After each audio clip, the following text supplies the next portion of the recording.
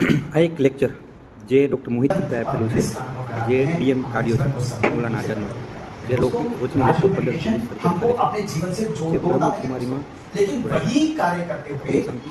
એના કહેવા પ્રમાણે કે તમે જે પણ વિચારો એ તમે વિચારો તમને ડેવલપ અને સારું વિચારો તો તમે સારા બનો, પોઝિટિવ બનો. અને જો તમે નેગેટિવ જ વિચાર કરતા હો તો તમે ધીરે ધીરે નેગેટિવ બનતા જાઓ. અને પોતાના બધા એક્ઝામ્પલ આપ્યા કે એક વખત એમની જ્યારે ડીએમ કાર્ડિયોની એક્ઝામ હતી, 10,000 લોકો એમાં એના પ્રોફેસર બન્યા. એમાંથી 5 એમાંથી ફર્સ્ટ રેન્ક પર આવેલા. ખાલી એમને વિચારેલા, વિઝ્યુલાઇઝ કરેલા કે મારે ડીએમ કાર્ડિયો કરવું જ છે, ભણવામાં મારી જ છે. એવી રીતના એમડીઆઈટી થયેલું, એક સાઈડનું મગજ નીકળ્યું, ત્યારે પોતાની ખાલી વિચાર શક્તિથી એણે રિઝોલ્વ કરેલું, એવું એને પ્રૂફ કરેલું છે આ એના સેમિનારમાં અથવા લેક્ચરમાં. એની સ્પાઇન સર્જરી કરાવી હતી આશિષ ગુપ્તા સરે. ચાલી નતા શકતા, પણ એ 2 થી 3 વર્ષમાં ચાલતા થયા, દોડતા થયા અને પોતાની ગેમ બેડમિન્ટન ગેમ પણ રમતા થયા. ઓકે, તો એના કહેવા પ્રમાણે મનમાં જો તમે દ્રઢ નિશ્ચય કરો અને પોઝિટિવ વિચાર કરો તો તમે બધું બદલી શકો છો.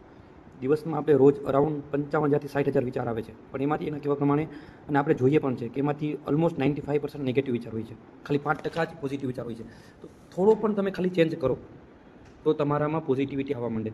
તમારી કોઈ ફેક્ટરી હોય ને એમાં 95% માલ ખરાબ બનતો હોય, 5% સારો બનતો હોય, તો તમારી સારી ફેક્ટરી કહેવાય નહીં.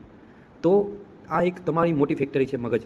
તો એમાં સારા વિચારો ધીરે ધીરે લાવવાની આદત કરો. એ કેવી રીતના આવે એણે કીધું કે એ તમે મેડિટેશન કરી અને તમારા વિચારોનું વિશ્લેષણ કરી અને તમે પોઝિટિવ બની શકો. એમણે એક પણ વાત મસ્ત કરેલી કે જો તમે કોઈ જોડે ઝઘડો થયો તો આપણે કેટલો ટાઈમ માટે આપણે દુઃખી રહીએ છીએ, અરાઉન્ડ 5 વર્ષ 10 વર્ષ, જ્યાં સુધી એની જોડે ઝઘડો ફરીથી પૂરો નથી અથવા ડબલમાં ઝઘડો ના કરે ત્યાં સુધી એ માણસ આપણે એક જ વખત ખાલી હેરાન કરે છે, પણ આપણે વારંવાર એને હજારો વખત આપણે એનાથી દુઃખી થઈએ છીએ. એ માણસ આપણે એક જ વખત દુઃખી આપી, પણ આપણે આપણાથી બહુ વખત દુઃખી થઈએ છીએ. તો સૌથી વધારે દુઃખ આપનાર કોણ છે? એ કે તમે જાતે ખુદ. ઓકે, એણે એક એક્ઝામ્પલ સમજાવેલું કે જો તમારા ઘરનો કચરો તમે 3 દિવસ માટે બેડરૂમમાં સાચવી રાખો તો તમને ગમશે નહીં. તો તમે હજારો વર્ષના વિચારો ઝઘડો સાચવીને રાખો છો તો એ તમારા ગમે તમને? ના જ ગમવું જોઈએ. એને ઝડપથી એનો ઉકેલ લાવવો જોઈએ અથવા એને અણગમવું જોઈએ. ઓકે, તો એના કહેવા પ્રમાણે, ગુપ્તા સરના કહેવા પ્રમાણે ધ્યાન અને વિચારના